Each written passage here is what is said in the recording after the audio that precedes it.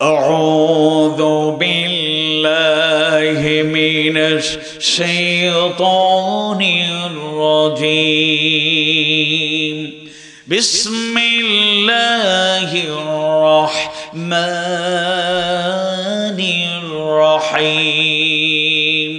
আলিফ লাম মিম। আহাসিবান নাসু আন ইউতরাকু আন ইয়াকুলু আমান্না ওয়া হুম লা ইফতানুন। আল্লাহ সুবহানাহু ওয়া তাআলা কোরআনুল কারীমের 29তম সূরা, অর্থবহ তাৎপর্যমণ্ডিত শিক্ষণীয় সূরা সূরা আল আনকাবুতের শুরুতেই জানায়া দেন আলিফ লাম মিম। আলিফ লাম মিম এ ব্যাপারে আমরা এতটুকু ধারণা আমাদের আছে, এগুলো হলো হুরুফে মুকাত্তাআত, বিচ্ছিন্ন হরফাবলী। কোরআনুল কারীমের 29টা সূরার শুরুতে এরকম আপনারা খুঁজে পাবেন। আলিফ লাম মিম, আলিফ লাম রা, তাহা, ইয়াসিন, কাফ হা ইয়া আইন সাদ। 29টা সূরার শুরুতে আল্লাহ তাআলা এই বিচ্ছিন্ন হরফগুলো নাজিল করলেন। মুফাসসিররা এতটুকু পর্যন্ত বর্ণনা করেই থেমে গিয়েছেন। এর অর্থ, ব্যাখ্যা, বিশ্লেষণ দুনিয়ার কেউ জানে না। আল্লাহু আ'লাম বিমুরাদিহি বিহি। এর ব্যাখ্যা বিশ্লেষণ এক আযীম সত্তা জানেন, তিনি হচ্ছেন আল্লাহ। কোরআনুল কারীমের আয়াতগুলো প্রধানত দুই প্রকার, মুহকামাত, মুতাশাবিহাত। আর হাদিসের আলোকে যদি বর্ণনা করি তাহলে এই দুই প্রকারের সাথে আরো 3টা প্রকার যুক্ত হবে। মোট প্রকার হলো 5 প্রকার, মুহকামাত, মুতাশাবিহাত, হালাল, হারাম, আমসাল। প্রথমত হলো মুহকামাত, সহজ করে বললেই যেগুলো একেবারে সহজ আয়াত, বোধগম্য স্পষ্ট আয়াত, যেগুলো তেলাওয়াত করলে যারা আরবি বুঝি না অনুবাদ পড়লে সহজে বুঝে যাব। আর কেউ যদি অর্থ বুঝতে না পারি, তাফসীর যদি পড়তে শুরু করি তাহলে একেবারে সহজ, বুঝতে আর বাকি থাকবে না। বিসমিল্লাহির রহমানির রহিম। আলহামদুলিল্লাহি রাব্বিল আলামিন আর রহমানির রহিম মালিকি ইয়াউমিদ্দিন ইয়াকা না'বুদু ওয়া ইয়াকা নাস্তাঈন ইহদিনাস সিরাতাল মুস্তাকিম সিরাতাল লাযীনা আন'আমতা আলাইহিম গায়রিল মাগদুবি আলাইহিম ওয়ালাদ-দাল্লিন। আমিন। এই যে সূরা ফাতিহা, ছোট বাচ্চারা এখন মক্তবে, মাদ্রাসায় বা মসজিদে যারা যাতায়াত করে বা বাসা বাড়িতে নিজেরা পড়ে অথবা আব্বা আম্মার কাছ থেকে অনুবাদ সহজেই শিখে ফেলে। এরকম যে আয়াতগুলো আছে, অধিকাংশ আয়াতই এই 29টা সূরার শুরুতে এই হরফে মুকাত্তাআত ছাড়া বাকিগুলা একটু পড়লেই বুঝার, এত কঠিন নয়। কোনটা আছে আরবি বিশেষজ্ঞ যারা আরবি জানেন, যারা তারা অনুবাদ পড়া লাগবে না, বুঝতে পারবেন। আর যারা অনুবাদ পড়বেন একটা অংশ বিশাল যারা বুঝতে পারবেন। এরপরও কিছু কিছু বিষয় আছে অনুবাদ পড়লেও বোঝা কঠিন, তারা একটু তাফসীরের কিতাবগুলো বাংলায় অনুদিত এগুলো যদি পড়তে পারেন তাহলে সহজেই আপনাদের কাছে বিষয়গুলো পরিষ্কার হবে। এগুলো হলো মুহকামাত। আর মুতাশাবিহাত, অস্পষ্ট আয়াত হলো এই হরফে মুকাত্তাআত গুলো। এ ব্যাপারে এতটুকু বলা হয়েছে, এগুলো নিয়ে গবেষণা করা যাবে না, ঈমান আনবেন বাস, এতটুকু এনাফ। 3 নাম্বার প্রকার হলো হালাল। আল্লাহ সুবহানাহু ওয়া তাআলা যা বৈধ করে দিয়েছেন, নির্দেশ দিয়েছেন, এগুলো মানতে হবে। এই বিষয়গুলো তোমরা মানো আদেশ করেছেন, জানিয়ে দিয়েছেন। এরকম অংশ হলো কোরআনের আয়াতের একটা বিশাল অংশ। চতুর্থ প্রকার হলো হারাম, যা নিষেধ করা হয়েছে, হারাম করা হয়েছে। হালাল হারামের উদাহরণ একটা আয়াতের অংশ বিশেষ বললেই সহজেই বোধগম্য হয়ে যাবে ইনশাআল্লাহ। وَأَحَلَّ اللَّهُ الْبَيْعَ وَحَرَّمَ الرِّبَا। আর আল্লাহ ব্যবসাকে হালাল করেছেন আর সুদকে করেছেন হারাম। সুতরাং যেটা হালাল এটাকে হালাল হিসেবেই আমাদেরকে গ্রহণ করতে হবে। আর সুদ হারাম আগেও ছিল, এখনো আছে, ভবিষ্যতেও থাকবে। কোনোদিনও এটা হালাল হতে পারে না। আবার ওয়াহাল্লাল্লাহুল বাইআ, এই ব্যবসা হালালের দলিলকে ব্যবসা করতে গিয়ে এটাকে কাজে লাগাবেন, হালাল পদ্ধতিতে ব্যবসা করবেন, দুর্নীতি করবেন না, ঠকবাজি করবেন না, ধোঁকা দেবেন না, প্রতারণার আশ্রয় নেবেন না, মানুষের কষ্ট বাড়িয়ে দিবেন না। প্রথম আয়াতে কারিমায় হুরুফে মুকাত্তাআত আল্লাহ তাআলা জানায় দেন আলিফ লাম মিম, আলিফ লাম মিম। দ্বিতীয় আয়াতে কারিমায় আবার আল্লাহ তাআলা জানায় দেন আহাসিবান নাস, মানুষেরা কি মনে করে নিয়েছে, লোকেরা কি মনে করে নিয়েছে, আইয়ুতরাকু, তাদেরকে ছেড়ে দেয়া হবে, আইয়াকুলু, তারা বলল আমান্না, আমরা ঈমান এনেছি, ওয়াহুম লা ইফতানুন, আর তাদেরকে কি পরীক্ষা করা হবে না? অর্থাৎ লোকেরা কি, মানুষেরা কি মনে করে নিয়েছে ঈমান এনেছি, এই কথা বললেই তাদেরকে ছেড়ে দেয়া হবে আর তাদেরকে পরীক্ষা করা হবে না? অবশ্যই অবশ্যই ঈমান আনার পরে যিনি পরীক্ষা করবেন, আওয়াজ বাড়িয়ে বলুন তিনি কে? আর একটু আওয়াজ বাড়িয়ে বলুন তিনি কে? আল্লাহ। তিনি পরীক্ষা করবেন। হ্যাঁ, পরীক্ষা ছাড়া যদি আমরা জান্নাত পর্যন্ত পৌঁছে যাই, এটা আমার প্রতি আল্লাহর আলাদা একটা মমতা, মহব্বত, আন্তরিকতা, রহমত। কিন্তু কম বেশি পরীক্ষা জীবনে আসবেই। এটাই হলো ঈমানের মূল শিক্ষা। এটাই হলো অতীতের নবী রাসূলদেরকেও আল্লাহ তাআলা পরীক্ষা করেছেন। রাসূলের পথ ধরে সাহাবায়ে কেরাম, এরপরে তাবেঈন, তবে তাবেঈন, ধারাবাহিকভাবে এই পরীক্ষা অব্যাহত, কিয়ামত পর্যন্ত এটা অব্যাহত থাকবে। ঈমানদার ভাইয়েরা, আমরা যে সূরা থেকে আলোচনা করছি এই সূরার নাম হলো আনকাবুত। আনকাবুত মানে হলো মাকড়সা। আপনারা মাকড়সাকে কি বলেন?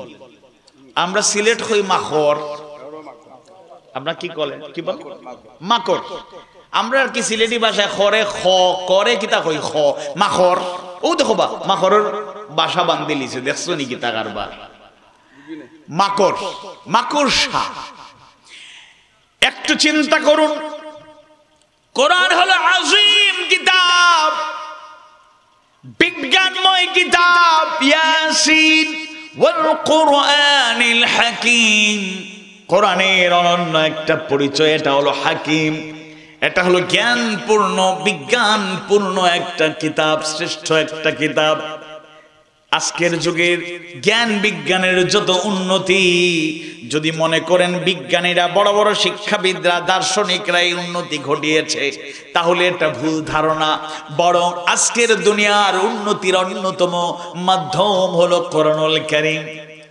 মুসলমানরা কোরআনকে যেভাবে ধারণ করার কথা সেভাবে আমরা ধারণ করতে পারছি না।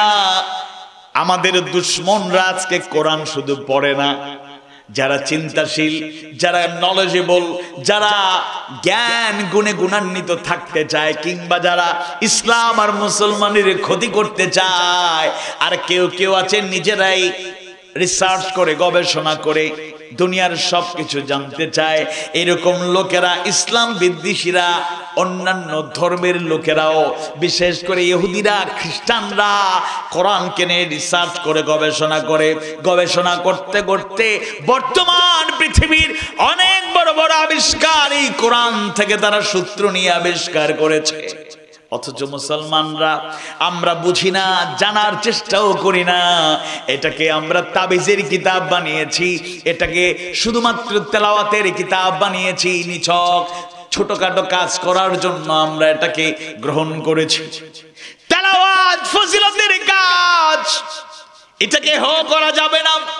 আফদালুল ইবাদাতি তিলাওয়াতুল কোরআন, এটাকে আমরা অস্বীকার করি না। সর্বোত্তম একটা ইবাদত হলো কোরআন তেলাওয়াত করা। কিন্তু কোরআন কেন আসলো? মুসলমানদেরকে অনুধাবন করতে হবে। হুদাল লিন্নাসি ওয়া বাইয়িনাতিম মিনাল হুদা ওয়াল ফুরকান। হুদাল লিন্নাস, এটা হলো গোটা মানবতার সকল মানুষের জন্য হেদায়াতের কিতাব, দ্য বেস্ট গাইডলাইন। কিন্তু আমরা হেদায়াত নেওয়ার জন্য ততটুকু চেষ্টা করি না। এই বিজ্ঞানময় জ্ঞানে গুণে পরিপূর্ণ অসাধারণ তুলনীয় এই কিতাবের মাঝে আবার ছোট ছোট উদাহরণ দেওয়া হয়েছে। কিন্তু গভীরে যখন পৌঁছে যাব, জানার চেষ্টা করব, এমন মিসাল, এমন আমসাল, এমন এক্সাম্পল, এমন উদাহরণ দেওয়া হয়েছে, মনে হতে পারে এইগুলো ঠনকো। কিন্তু ঠনকো বিষয় হলো এই উদাহরণ দিয়ে যে কত বড় শিক্ষা দেওয়া হয়েছে, আসুন জানার চেষ্টা করি। 41 নম্বর আয়াত কারিমায়, সূরা আনকাবুতের 41 নম্বর আয়াত কারিমায় আল্লাহ সুবহানাহু ওয়া তাআলা জানায়া দেন, মাসালুল লাযীনা ইত্তাখাযু মিন দুনিল্লাহি আউলিয়া কামাসালিল আনকাবুত اتخذت بيتا وإن أوهن البيوت لبيت العنكبوت لو كانوا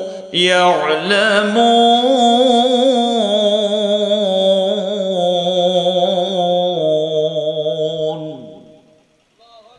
যারা আল্লাহ ছাড়া বহু অভিভাবক গ্রহণ করে, তাদের দৃষ্টান্ত মাকড়সার ন্যায়, যে ঘর বানায় এবং নিশ্চয়ই সবচাইতে দুর্বল ঘর হলো মাকড়সার ঘর। যদি তারা জানতো, যদি তারা বুঝতো, উপলব্ধি করত। আল্লাহ সুবহানাহু ওয়া তাআলা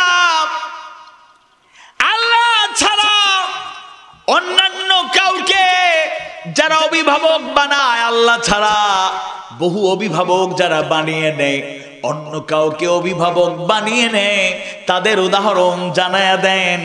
তাদের উদাহরণ মাকড়সার মতো, তাদের উদাহরণ মাকড়সার ঘরের মতো। কারণ মাকড়সা ঘরটা বানায় তার বসবাসের জন্য, এবং সেই মাকড়সার ঘর নির্মাণ করে, জাল তৈরি করে সে অবস্থান করে এবং তার খাবার সেই জায়গায় সে সংগ্রহ করে। ইমানদার ভাইয়েরা, আমরা যদি এই সূরার প্রেক্ষাপট জানার চেষ্টা করি, পরিষ্কার হয়ে যাবে এমন সময় সূরা নাজিল হয়েছে। মক্কায় মুসলমানদের উপর তখন চরম নির্যাতন চলছিল। কাফেররা একেবারে তাদের সকল শক্তি, পূর্ণ শক্তি একত্রিত করে তারা ইসলামের বিরোধিতা করে যাচ্ছিল। যেই সময় ইসলাম কবুল করলে, আল্লাহর গোলামি গ্রহণ করলে, রাসূলের সাহচর্য গ্রহণ করলে, তার দীক্ষায় দীক্ষিত হয়ে গেলে, নির্যাতন, নিপীড়ন, নিষ্পেষণের স্টিম রোলার চালানো হতো। এমন একটি সময়ে সূরা আনকাবুত আল্লাহ সুবহানাহু ওয়া তাআলা নাযিল করলেন। অর্থাৎ যারা এক আল্লাহর গোলামি গ্রহণ করতেন, আল্লাহ রাসূলের দীক্ষায় দীক্ষিত হয়ে যেতেন, তাদের উপর নির্যাতন, নিপীড়নের স্টিম রোলার যখন চালানো হলো, এমত অবস্থায় এই সূরাটি নাযিল হলো। আনকাবুতের উদাহরণ দেখুন, কত বড় শিক্ষণীয় ব্যাপার। একটা উদাহরণের মাধ্যমে 3টা গুরুত্বপূর্ণ ফয়সালা জানিয়ে দেয়া হলো। একটা মাকড়সার উদাহরণ দিয়ে তার ঘরের উদাহরণ দিয়া তিনটা অনন্য শিক্ষা জানায়া দিলেন আল্লাহ সুবহানাহু ওয়া তাআলা। এক নম্বরে যারা ঈমানদার, যারা মুমিন, যারা মুমিনা, যারা ইসলাম গ্রহণ করে মুসলমানের কাতারে শামিল হয়ে গেলেন, সেই সব ঈমানদারদের দৃঢ় সংকল্প, অনড় মনোবল, সাহস, হিম্মত, অনমনীয় মনোবল সৃষ্টি করতে আল্লাহ তাআলা চেয়েছেন। এক নাম্বার মাকড়সার উদাহরণ দিয়ে সূরা নাজিল করে আল্লাহ সুবহানাহু ওয়া তাআলা ঈমানদারদের মনোবলকে, সাহস আর হিম্মতকে বাড়াতে চেয়েছেন। আর দুই নাম্বার, যারা একটু নির্যাতন নিপীড়ন আসার পরে কাফের মুশরিকদের মাস্টার প্ল্যান পরিকল্পনা দেখে একটু ভীত হয়ে গিয়েছিল, শঙ্কায় পড়ে গিয়েছিল, আল্লাহ তাআলা তাদেরকে একটু লজ্জা দিলেন। তাদেরকে বুঝাতে চাইলেন তোমরা ঈমানদার, ঈমান আনার পরেও টেনশন করো, আহারে কাফেররা মনে হয় আমাদের শেষ করে দিবে, আমাদের অস্তিত্ব মনে হয় আর টিকে থাকবে না, আমরা তো শেষ হয়ে যাব। একদিকে তারা ষড়যন্ত্র করে, অন্যদিকে তারা এমন ভাবে নির্যাতন নিপীড়ন চালাচ্ছে, আমরা অস্তিত্বহীন হয়ে যাব। তাদের জন্য এটা একটা লজ্জার ব্যাপার ছিল, একটু লজ্জা আল্লাহ তাআলা দিয়েছেন। আর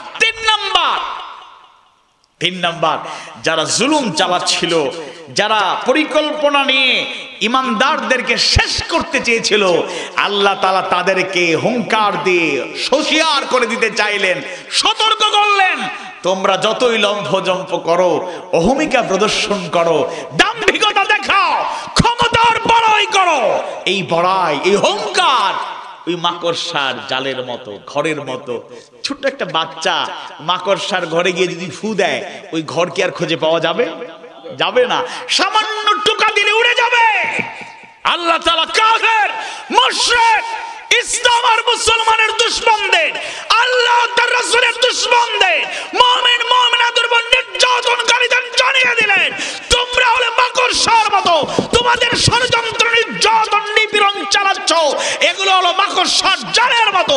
আল্লাহর ফয়সালা যখন চলে আসবে, ওই মাকড়সার ঘর যেভাবে দুর্বল, ঠনকো, তোমাদের ষড়যন্ত্র, নির্যাতন, আল্লাহর একটা ফয়সালা আসলেই ধুলোর সাথে মিশে যাবে, অস্তিত্ব আর খুঁজে পাওয়া যাবে না, যাবে না, যাবে না। ঈমানদারদেরকে এখান থেকে সবক গ্রহণ করতে হবে, শিক্ষা গ্রহণ করতে হবে। অল্পতেই ভেঙে পড়লে চলবে না, অল্পতেই দুর্বল হয়ে গেলে চলবে না। আর যারা আল্লাহর আনুগত্য, রাসূলের সিদ্ধান্তকে সুদৃঢ়ভাবে আঁকড়ে ধরবে, তারা মর্যাদার অধিকারী হয়ে যাবে। এবং ওই ঘোষণা এবং ওই ধারণ, ওই গ্রহণ করাটা কত মজবুত, আল্লাহ তাআলার আয়াত সেগুলো শিক্ষা দেয়। আল্লাহ সুবহানাহু ওয়া তাআলা দ্বিতীয় সূরা, সর্ববৃহৎ সূরা সূরাতুল বাকারার 256 নম্বর আয়াতে কারিমায়ে জানায়া দেন, ফামান ইয়াকফুর বিত-তাগুতি ওয়া ইউমিন বিল্লাহ فقد استمسك بالعروة الوثقى لا انفصام لها والله سميع عليم।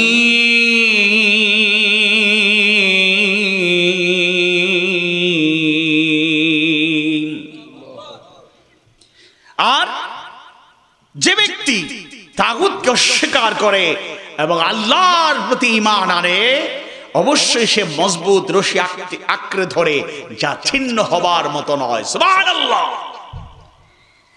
আর আল্লাহ হচ্ছেন সর্বশ্রোতা, সর্বজ্ঞ, তিনি সব শোনেন এবং সব জানেন।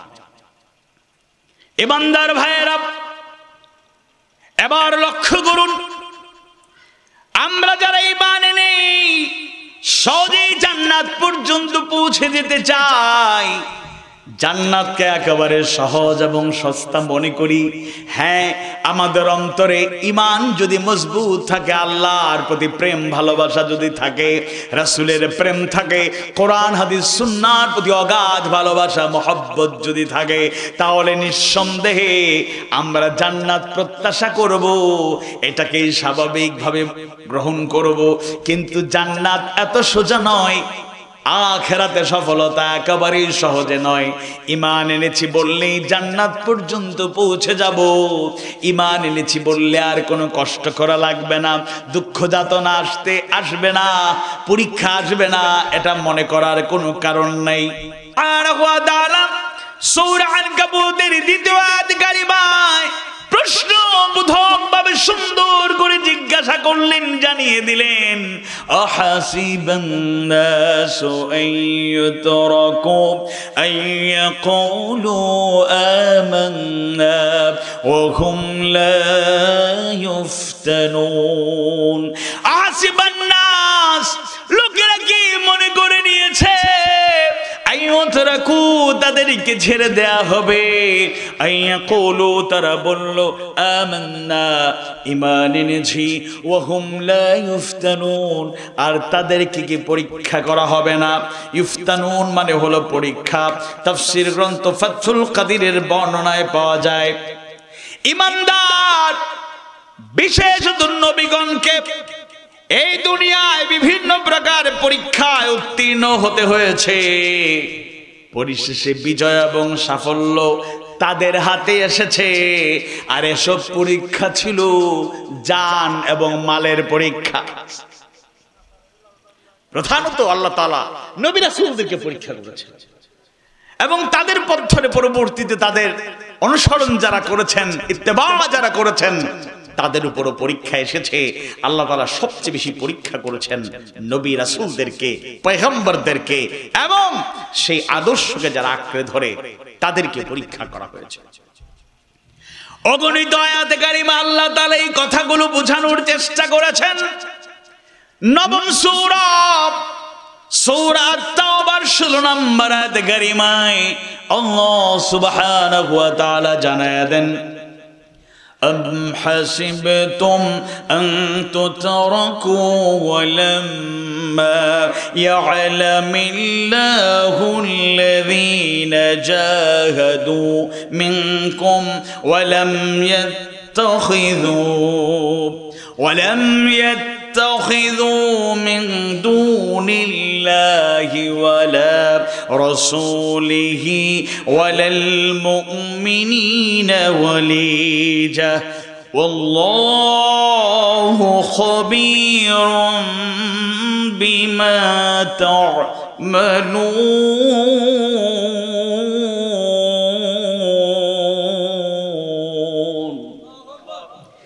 তোমরা কি মনে করেছো যে তোমাদেরকে ছেড়ে দেয়া হবে, অথচ এখন আল্লাহ যাচাই করেননি যে তোমাদের মধ্যে কারা জিহাদ করেছে এবং কারা আল্লাহ তার রাসূল এবং মুমিনগণ ছাড়া কাউকে বন্ধুরূপে গ্রহণ করেনি।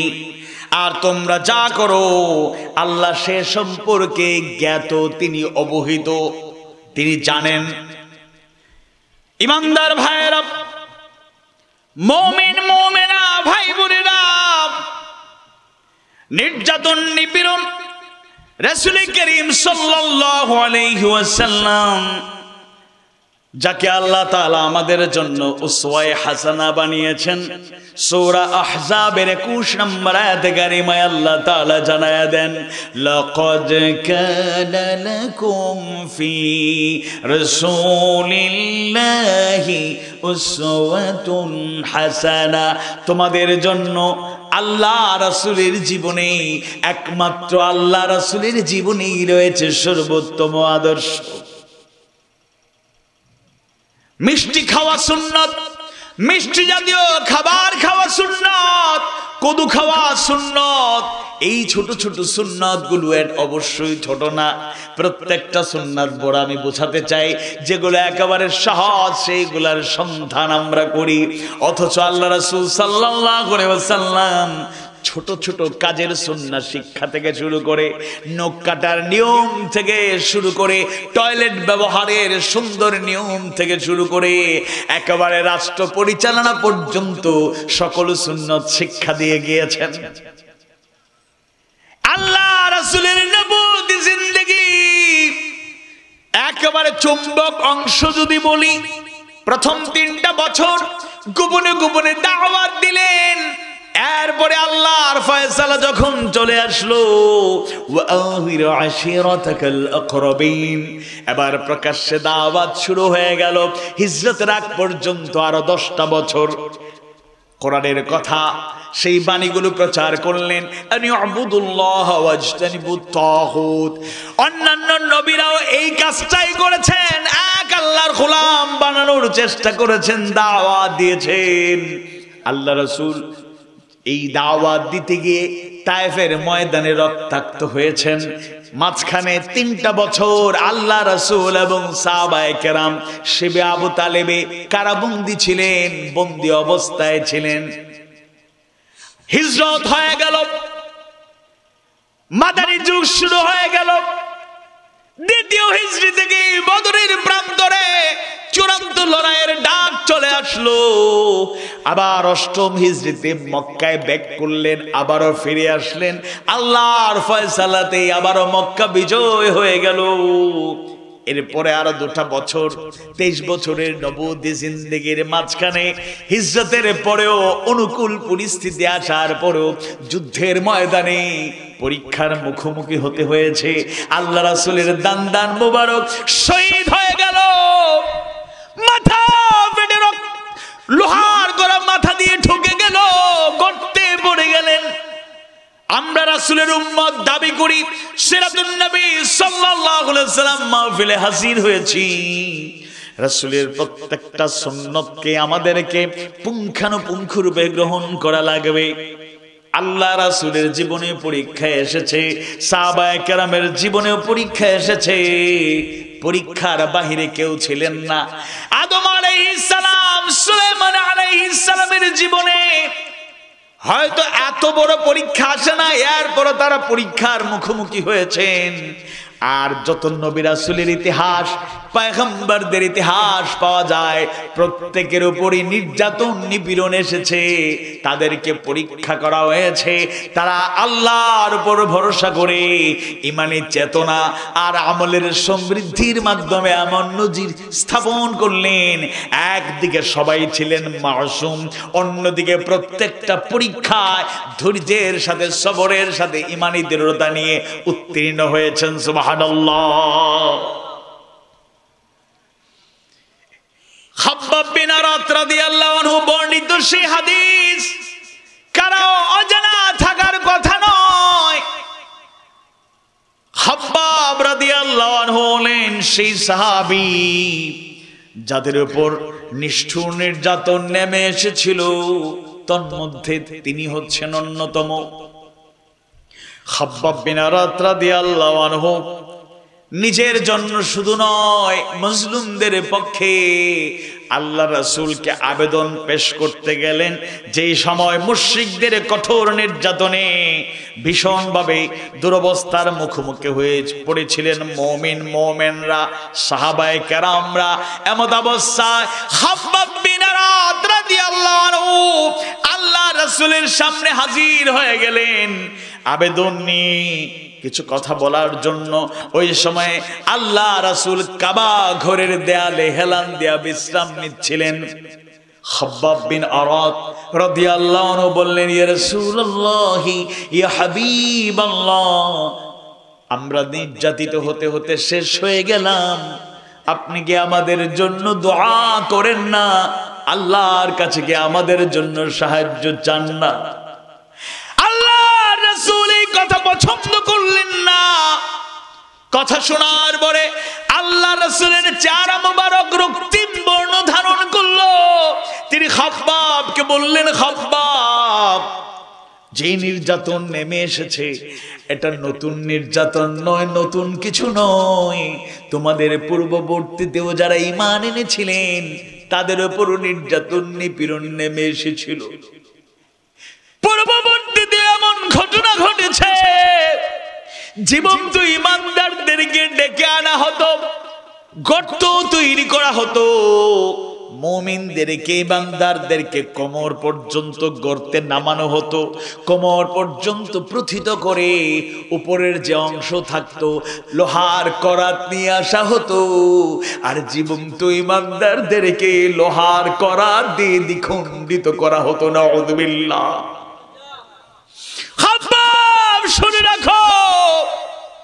অতীতেও যারা ঈমান এনেছিলেন জীবন্ত ঈমানদারদেরকে ডেকে আনা হতো, হাত পা বেঁধে ফেলা হতো, লোহার চিরুনি নিয়ে আসা হতো। জীবন্ত ঈমানদার হাত পা বাঁধা, এবার লোহার চিরুনি দিয়া জীবন্ত ঈমানদারদের শরীর থেকে চামড়া গোশতগুলো কেটে কেটে জমিনে ফেলে দেয়া হয়েছিল। ঈমানদার ভাইয়েরা, মুমিন মুমিনা ভাই বোনেরা, এই কষ্টের কথাগুলো তিনি উপস্থাপন করছেন, আল্লাহ রাসূলের কাছে আবেদন করলেন। খাব্বাব বিন আরাদ রাদিয়াল্লাহু আনহু, যিনি নিজেও একজন মজলুম, ওমর ইবনুল খাত্তাব রাদিয়াল্লাহু আনহু একদিন খাব্বাবকে উদ্দেশ্য করে বললেন, খাব্বাব, তুমি এত নির্যাতিত হয়েছো, শুনেছি তোমার গোটা শরীরে গর্ত গর্ত হয়ে গিয়েছে, নির্যাতনে নিপীড়নে তোমার কোমর ছোট হয়ে গিয়েছে। খাব্বাব, তোমার ওই নির্যাতিত অংশ শরীরে যে গর্ত গর্তগুলো আমি কি একটু দেখতে পারি কিনা? খাব্বাব বিন আরাদ রাদিয়াল্লাহু আনহু শরীরের উপরের কিছু অংশ কাপড় সরিয়ে দেখানোর চেষ্টা করলেন। ওমর রাদিয়াল্লাহু আনহু একবার তাকিয়ে আর তাকাতে পারেন নাই। এবার খাব্বাবকে উদ্দেশ্য করে বললেন, খাব্বাব, একটু বর্ণনা করো কেমন করে গর্তগুলো তৈরি হয়েছে। খাব্বাব বিন আরাদ রাদিয়াল্লাহু আনহু এবার বর্ণনা করেন, ওই জালেমগুলো, কাফের মুশরিকগুলো, পাষণ্ডগুলো কয়লা অঙ্গার বিছিয়ে রাখতো, আগুন ধরিয়ে দিত, জ্বলন্ত কয়লা জ্বলন্ত অঙ্গারের উপরে আবার আমাকে শোয়ায় রাখতো। জ্বলন্ত কয়লার উপরে অঙ্গার উপরে শোয়ায় রাখার কারণে চামড়া গোশতগুলো গলে গলে যেত, এমনকি উপর থেকে এমন ভাবে পাষণ্ডগুলো চাপ দিত, চামড়া ভেদ করে গোশতগুলো গলে গলে কয়লার আগুন নিভে যেত। বলেন নাউযুবিল্লাহ। ঈমানদার ভাইয়েরা, এমন অবস্থা অতীত হয়েছে। কোরআনুল কারীমের দ্বিতীয় সূরা, সর্ববৃহৎ সূরা, সূরা বাকারার 214 নম্বর আয়াত কারিমায় সেই দলিল পাওয়া যায়। আল্লাহ তাআলা জানায় দেন, আম হাসিবতুম আন তাদখুলুল জান্নাতা ওয়ালাম্মা ইয়াতিকুম মাসালুল লাযীনা খালু মিন ক্বাবলিকুম মাসাতুহুমুল বা'সাউ ওয়াদ-দাররাউ ওয়াযুলজিলু حتى يقول الرسول والذين آمنوا معه متى نصر الله ألا إن نصر الله قريب।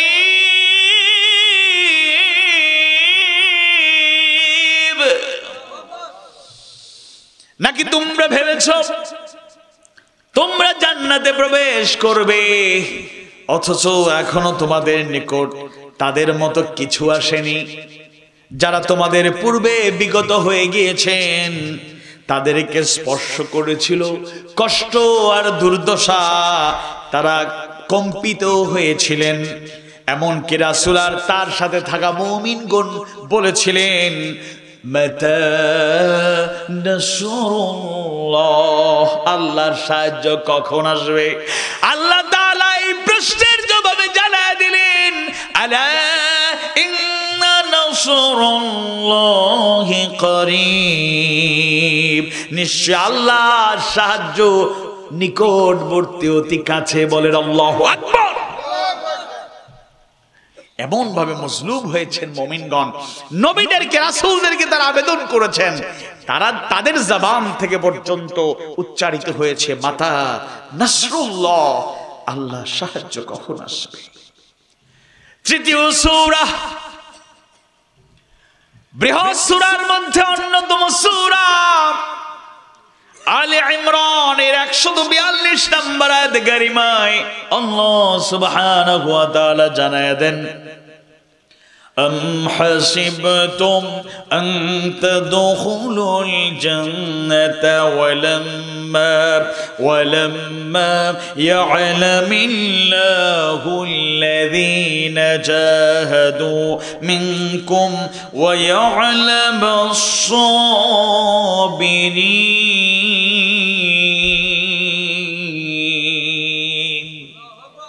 তোমরা কি মনে করো যে তোমরা জান্নাতে প্রবেশ করবে, অথচ আল্লাহ এখনো জানেননি তাদেরকে যারা তোমাদের মধ্য থেকে জিহাদ করেছে, এবং জানেননি যারা ধৈর্যশীল, ধৈর্য ধারণ করেছে। সূরা মুহাম্মদ 47 নম্বর সূরা 31 নম্বর আয়াত কারিমা আল্লাহ সুবহানাহু ওয়া তাআলা জানায় দেন, ওয়ালানাবলুওয়ান্নাকুম হাত্তা না'লামাল মুজাহিদিনা মিনকুম ওয়াস-সাবিরিন ওয়া নাবলুওয়া আখবারাকুম। এরকম আয়াত কারিমাগুলোর মাধ্যমে আল্লাহ সুবহানাহু ওয়া তাআলা সবাইকে জানিয়ে দিতে চাইলেন জান্নাতে সহজেই পৌঁছতে পারবে না, বরং পরীক্ষা নিরীক্ষা আছে না নাই? আওয়াজ বাড়িয়ে বলুন, আছে না নাই? ইমানের পরীক্ষা যুগে যুগে ছিল। হযরত বেলাল রাদিয়াল্লাহু আনহু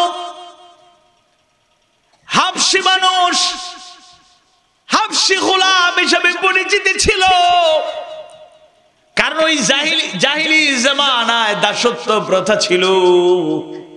তিনিও উমাইয়া তার দাস হিসাবে তার জীবন যাপন করছিলেন। উমাইয়ার অধীনে থাকা অবস্থায়, দাস থাকা অবস্থায় ঈমান গ্রহণ করলেন বেলাল।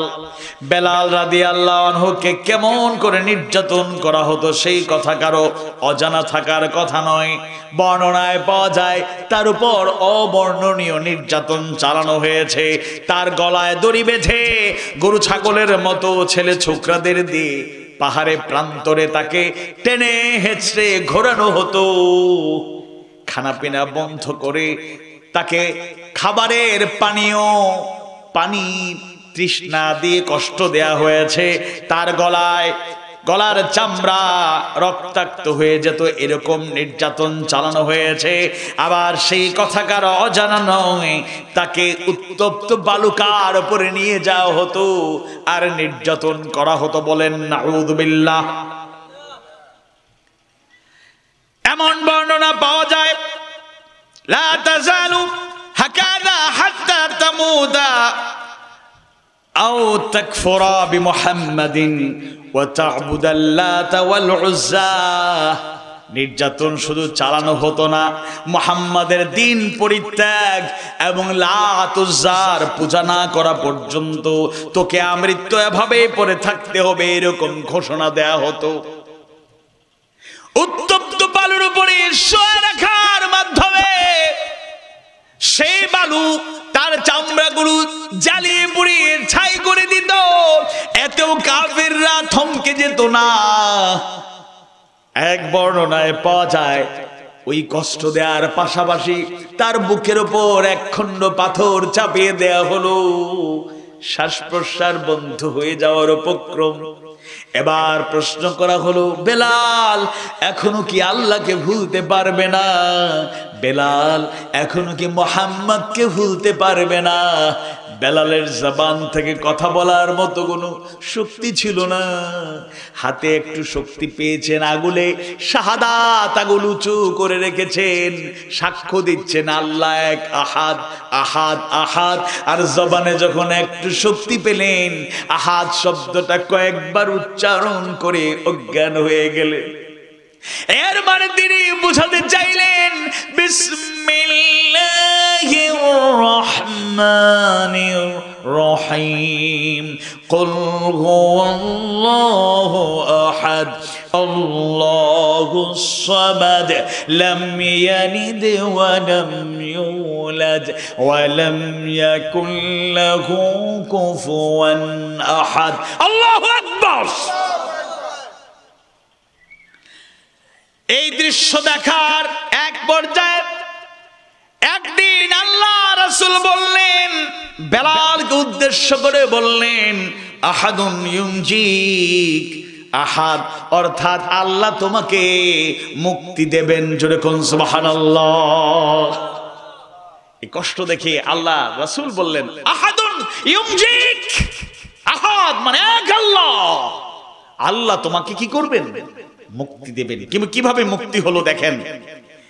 আল্লাহ রাসূল আবু বকরকে উদ্দেশ্য করে দেখা হওয়ার পরে আবু বকরকে উদ্দেশ্য করে বললেন, ইয়া আবা বকর ইন্না বিলালান ইউআযিবু ফিল্লাহ। হে আবু বকর, আল্লাহ রাসূলের সবচেয়ে কাছে যিনি থাকতেন সাহাবীদের মধ্যে, যার মর্যাদা সবচেয়ে বেশি, তাবুকের যুদ্ধে দান করার ইতিহাস আমরা শুনেছি, ছোট একটা পুটলি তিনি দিয়েছেন। কেউ কেউ মনে করতে পারেন আবু বকর মনে হয় গরিব ছিলেন, তিনিও একজন সফল ব্যবসায়ী ছিলেন, আর্থিক অবস্থা এত দুর্বল ছিল না, কিন্তু সম্পদ জমা করে রাখেন নাই। আবু বকরের সম্পদ সবচেয়ে বেশি যেই কাজে লেগেছে, ওই জাহিলি জামানায় জালেমগুলো দাস ক্রয় করত, দাসদের উপর নির্যাতন চালাতো। সেই দাস শ্রেণীর মধ্যে যারা ঈমান গ্রহণ করতেন তাদেরকে মুক্ত করতে গিয়ে আবু বকরের অধিকাংশ সম্পদ তিনি বিলিয়ে দিয়েছেন। সুবহানাল্লাহ। আল্লাহর রাসূল যখন বললেন, ইয়া আবা বকর, হে আবু বকর, ইন্না বিলালান ইউআযিবু ফিল্লাহ, হে আবু বকর, নিশ্চয়ই বেলাল আল্লাহর পথে আল্লাহর জন্য শাস্তি ভোগ করছে। আবু বকর বুঝতে আর বাকি নাই, তিনি বুঝতে পারলেন আল্লাহ রাসূল এবার চান বেলালকে যেন মুক্ত করে দেই। সুবহানাল্লাহ। আবু বকর ইঙ্গিত বুঝলেন এবং তিনি উমাইয়ার দাবি অনুযায়ী নিজের কাফের গোলাম নিস্তাস এর বিনিময় এবং একটি মূল্যবান চাদর এবং 10টি উকিয়া স্বর্ণ মুদ্রা দিয়ে তাকে খরিদ করে মুক্ত করে দিলেন। বলেন আল্লাহু আকবার। দেখেন ওমরের কত সুন্দর বর্ণনা, সুবহানাল্লাহি ওয়া বিহামদিহি সুবহানাল্লাহিল আযীম। এই বর্ণনাটা বুখারীর 3754 নম্বর হাদিসে আপনারা পাবেন, মিশকাতেও 6250 নম্বর হাদিসে মর্যাদা সমষ্টি এই অনুচ্ছেদে বর্ণিত হয়েছে। সুবহানাল্লাহ। এই সুসংবাদের পরে ওমর যখন খবর পেয়ে গেলেন, এবার ওমর বললেন, আবু বকরিন সাইয়্যিদুনা, আবু বকর হলেন আমাদের নেতা, ওয়া আ'তাকা সাইয়্যিদানা, আর তিনি নেতাকে মুক্ত করেছেন, ইয়ানি বিলালান, এর মানে তিনি বেলালকে বুঝাতে চেয়েছেন। সুবহানাল্লাহ। এর উক্তি করেছেন। দেখেন আবু বকরিন সাইয়্যিদুনা, তার উদারতা, তার ভূমিকা, তার দায়িত্ব পালন, তার নেতৃত্বের কোয়ালিটি বিবেচনা করে ওমরের মতো লোক বললেন, আবু বকরিন সাইয়্যিদুনা, আবু বকর হলেন আমাদের নেতা, ওয়া আ'তাকা সাইয়্যিদানা, আর তিনি মুক্ত করেছেন আমাদের নেতাকে। সেই নেতা আর কেউ নন, ইয়ানি বিলালান, এখানে বেলালকে উল্লেখ করা হয়েছে, বেলালকে বোঝানো হয়েছে। সুবহানাল্লাহ। ঈমানদার ভাইয়েরা, মা বোনেরা, বাড়ি বসে বসে যারা শুনছেন, মনোযোগ দিয়ে একটা উদাহরণ শুনুন। তবে উদাহরণটা মহিলার হলেও, আল্লাহর এক প্রিয় বান্দির উদাহরণ হলেও, কিয়ামত পর্যন্ত যারা ঈমান গ্রহণ করবেন, যারা মুমিন নিজেকে দাবি করবেন, যারা মুমিনা নিজেকে দাবি করবেন, তাদের জন্য আল্লাহ তাআলা উদাহরণ হিসেবে রেখে দিয়েছেন। এই উদাহরণ থেকে কিয়ামত পর্যন্ত অনুপ্রেরণা পাওয়া যাবে। ঈমানী চেতনা বৃদ্ধির রাস্তা প্রশস্ত থেকে আরো প্রশস্ততর হবে, আমরা উজ্জীবিত হব।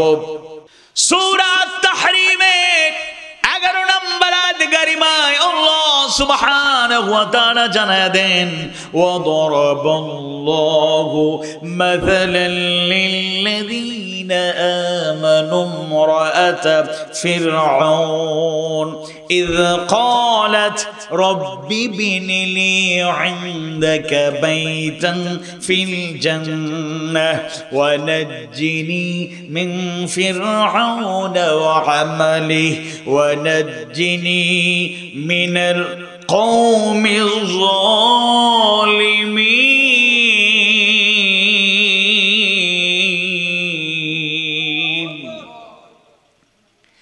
আর যারা ঈমান আনে তাদের জন্য আল্লাহ ফেরাউনের স্ত্রীর উদাহরণ পেশ করেন।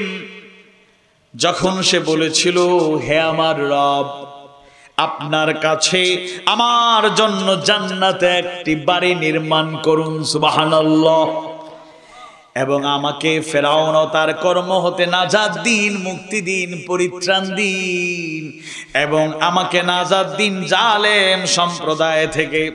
ঈমানদার ভাইয়েরা, মুমিন মুমিনা ভাই বোনেরা, ফেরাউনের সেই স্ত্রী কে ছিলেন এই কথা কারো জানা নয়। হযরত আসিয়া আল্লাহ তাআলার প্রিয় বান্দীদের অন্যতম শ্রেষ্ঠ একজন, যার উদাহরণ আল্লাহ তাআলা যারা ঈমান আনে তাদের জন্য রেখে দিয়েছেন। আমি যদি ঈমানদার দাবি করি, এই উদাহরণ আমার জন্য শিক্ষা। আপনারা যদি ঈমানদার দাবি করেন তাহলে আপনাদের জন্য এই উদাহরণ। সূরা তাহরীমের 11 নম্বর আয়াত কারিমায় আল্লাহ সুবহানাহু ওয়া তাআলা ফেরাউনের স্ত্রীর উদাহরণ পেশ করলেন। দুনিয়ার ইতিহাসে জালেম শাসক, ক্ষমতাধর শাসক, অহংকারী শাসক যদি কেউ থাকে তাহলে একেবারে শীর্ষস্থানীয় ক্ষমতাধর, অহংকারী, জালেম শাসক হলো ফেরাউন। আমরা তো জো বাইডেনের হুঙ্কার, মিস্টার পুতিনের হুঙ্কার, নরেন্দ্র মোদীর হুঙ্কারে থরথর করে কেঁপে উঠি, অথচ ফেরাউন যে দাপট দেখিয়েছে এর ধারে কাছেও এখন পর্যন্ত সবাই মিলে যেতে পারবে না। আজকে পৃথিবীতে যত বড় শাসক নিজেকে কেউ বলুক, আজকে পর্যন্ত কেউ নিজেকে গড, নিজেকে রব, আল্লাহর মতো কেউ দাবি করে নাই। কিন্তু ফেরাউন হলো সেই ক্ষমতাধর, অহংকারী, জালেম শাসক যে ঈমান আনলে জোর করে ঈমান হারা করতে চাইতো, আর কথা না শুনলে পৃথিবী থেকে বিদায় করে দিত।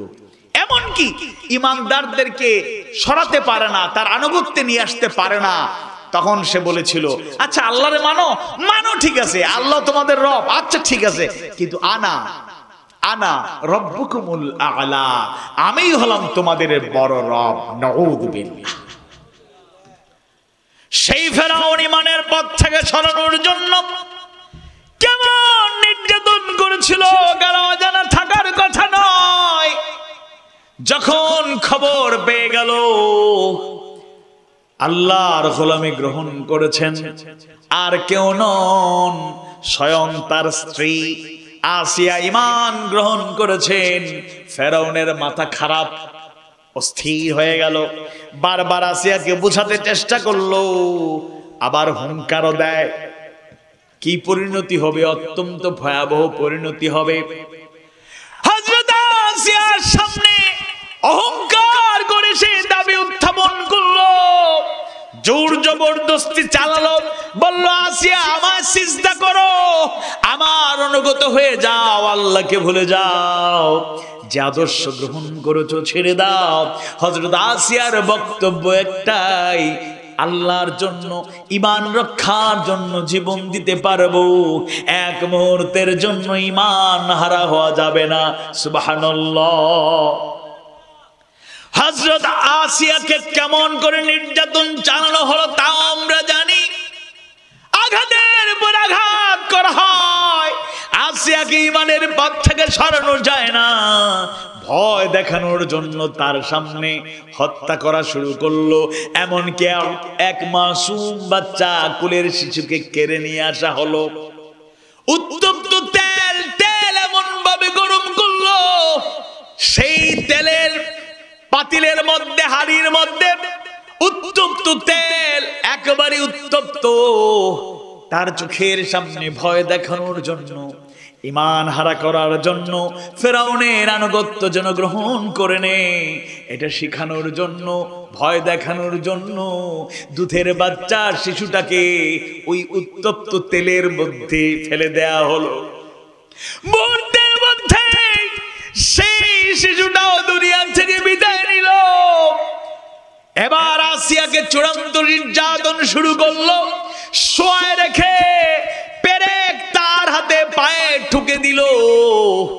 লোহার পেরেক ঢুকিয়ে হাত পায়ের মধ্যে তাকে বেঁধে নির্যাতন চালানো হলো, লোহার পেরেক ঠুকে দেয়া হলো। এমন কষ্ট পাচ্ছিলেন, রক্তাক্ত হচ্ছেন, এরপরও ঈমানের উপর অটল বিচল। এবার ফেরাউন হুঙ্কার দিল, আসিয়া রে, ঈমান হারা হবি না, আল্লাহকে ভুলতে পারবি না। শুনে রাখ, শুধু নির্যাতন করেই তোকে বিদায় করব না, জনসাধারণকে জড়ো করব, জনসাধারণের মাঝে সবার সামনে তোকে উলঙ্গ করে নির্যাতন করে বিদায় করব। আসিয়ার আর সহ্য হয় না, আল্লাহর কাছে একটা দোয়া করলেন। আল্লাহর কাছে দোয়াটা কবুল হয়ে গেল এবং এত পছন্দনীয় হলো, কিয়ামত পর্যন্ত উম্মতে মুহাম্মাদীকে ঈমানি চেতনা বাড়ানোর জন্য আয়াতে কারিমায় উল্লেখ করে সেই দোয়াটা আল্লাহ তাআলা আমাদেরকেও জানায়া দিলেন।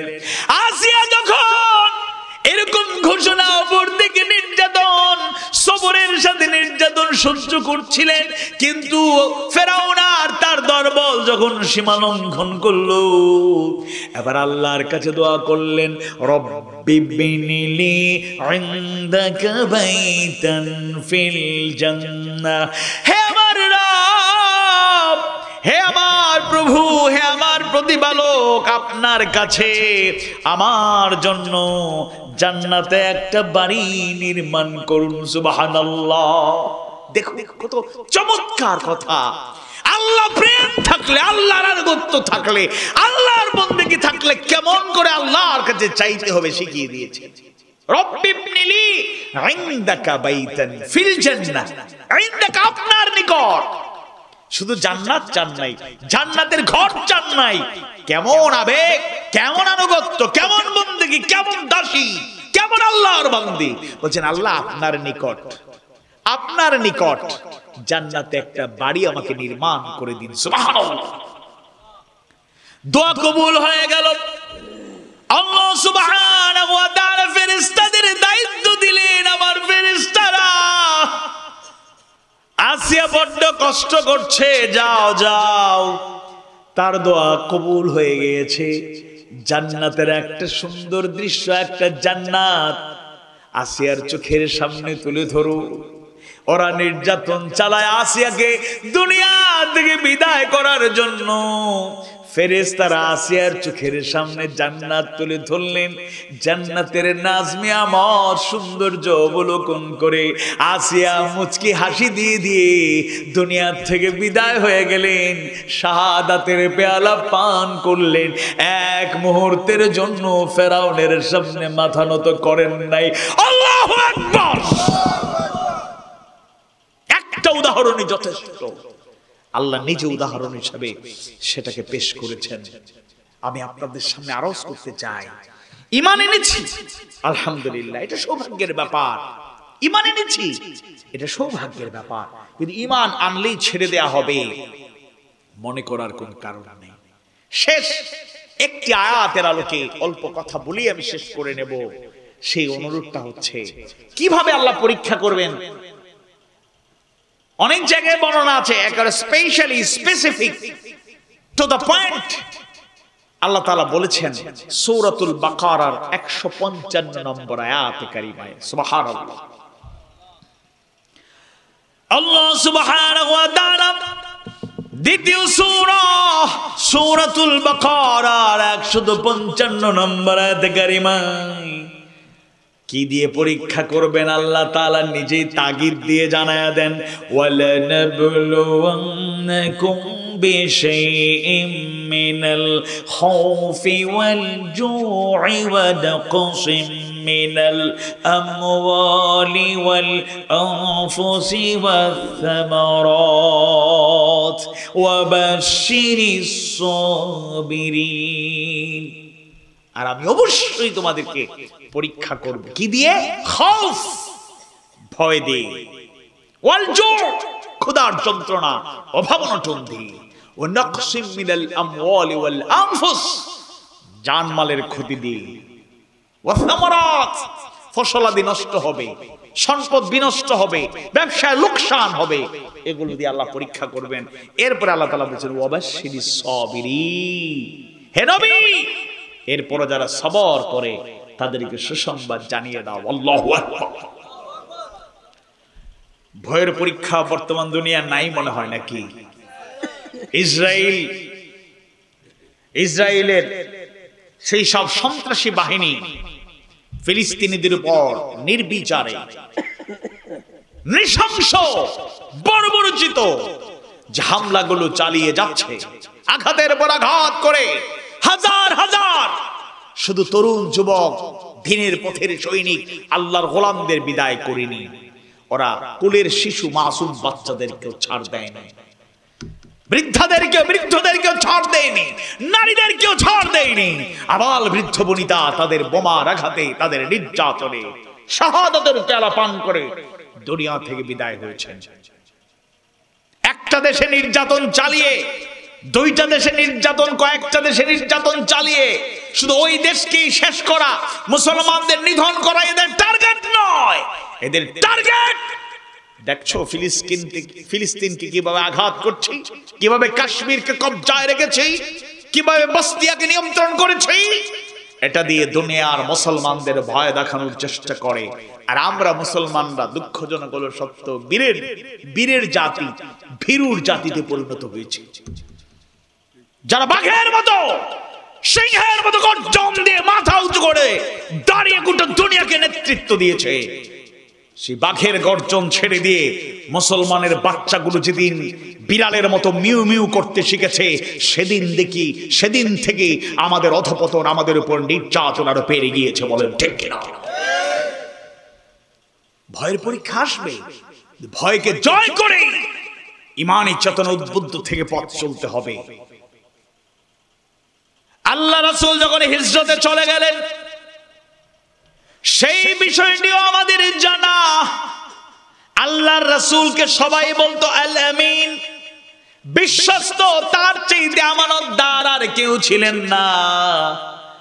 আল্লাহ রাসূল আবু বকরকে নিয়ে রওনা হয়ে যাবেন, কিছু আমানত তার কাছে তখনও ছিল। তিনি চিন্তা করলেন আল্লাহর ফয়সালা চলে যেতে হবে, এর আগেও সবাইকে পাঠিয়ে দেওয়া হয়েছে। আলী বিন আবি তালেব রাদিয়াল্লাহু আনহু আলীকে দায়িত্ব দিলেন, আলী তুমি আমার বিছানায় শুয়ে থাকো, দিন যখন হবে, আলো ফুটবে, তুমি কম সময়ের মধ্যে বা তোমার সময় মতো এই আমানতগুলো তুমি ফিরিয়ে দিয়ে এরপর তুমি চলে আসবে। একটু খেয়াল করুন, আল্লাহ রাসূলকে হত্যা করার জন্য বাড়ি কিন্তু ঘেরাও করা, কাফেররা হন্য হয়ে খুঁজছে, আল্লাহ রাসূলকে পেলেই দুনিয়ার থেকে বিদায় করে দেবে, জীবিত কিংবা মৃত। তাকে যদি উপস্থিত করা যায়, তার মাথাটা নিয়ে আসা যায়। তারা সিদ্ধান্ত নিয়েছে, কাফের সর্দাররা তেজস্বী সৈনিকদেরকে জানিয়ে দিয়েছে, যাও মুহাম্মদকে জীবিত কিংবা মৃত নিয়ে আসো, 100 লাল উট পুরস্কার দেওয়া হবে। নাউযু বিল্লাহি মিন যালিক। এমত অবস্থায় আল্লাহ রাসূল চলে যাচ্ছেন, দায়িত্ব দিচ্ছেন আলীকে।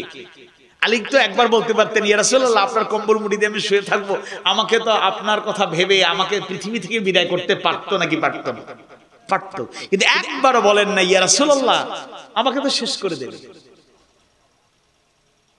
হয়তো তিনি বুঝতে পেরেছেন, কিন্তু তাদের ঈমান ছিল তো মজবুত। আল্লাহর জন্য, তার রাসূলের জন্য হাসি মুখে তারা জীবন দিতে প্রস্তুত ছিলেন। ঈমান হারাতে, বাতিলের হুঙ্কারে ভয় পাওয়ার মতো মুসলমান কখনো হতে পারে না। আজকে আমাদেরকেও খৌফ দিয়ে পরীক্ষা করা হবে, আমাদের কি ভয়কে জয় করতে হবে। ওয়ালজু, ক্ষুধার যন্ত্রণা, অভাব অনটন আসবে। আপনি কৃষক, আপনি শ্রমিক, আপনি চাষী, ক্ষেত খামারে আপনি কাজ করেন, আপনি জেলে। এখন কখনো কখনো মাছ আপনার এই ব্যবসা বাণিজ্য প্রচেষ্টাটা সাকসেসফুল হয়, কখনো আছে আপনি ব্যর্থ হয়ে যান, লোকসান হয়ে যায়। কখনো ক্ষেত খামারে ভালো ফসল হয়, কখনো হয় না। লবণের চাষ করেন, ভালো হয়, কখনো কখনো লস হয়ে যায়। আমরা যখন ভালো হয় আলহামদুলিল্লাহ কেউ বলি, কেউ বলতেও ভুলে যায় আনন্দের ঠেলায়। আর যখন লস হয় তখন মন খারাপ। দোকানে বসি, চায়ের দোকানে বইসা, আর যাদের বিড়ি খাওয়ার অভ্যাস, বিড়ি খায় আহ আল্লাহ শেষ করে দিল, নাউযুবিল্লাহ। হ্যাঁ, কখনো গজব আসতে পারে। আমরা যদি সীমালঙ্ঘন করি, গজব আসার মতো অবস্থা হয়, আল্লাহ গজব দিয়ে আমাদেরকে শাস্তি প্রয়োগ করতে পারেন। আবার ইমানদাররা এটা সব সময় মনে রাখবেন, এরকম কষ্টের মধ্যে পড়ে গেলে সবর করবেন, ধৈর্য ধারণ করবেন, মনে করবেন আল্লাহর পক্ষ থেকে এটা পরীক্ষা।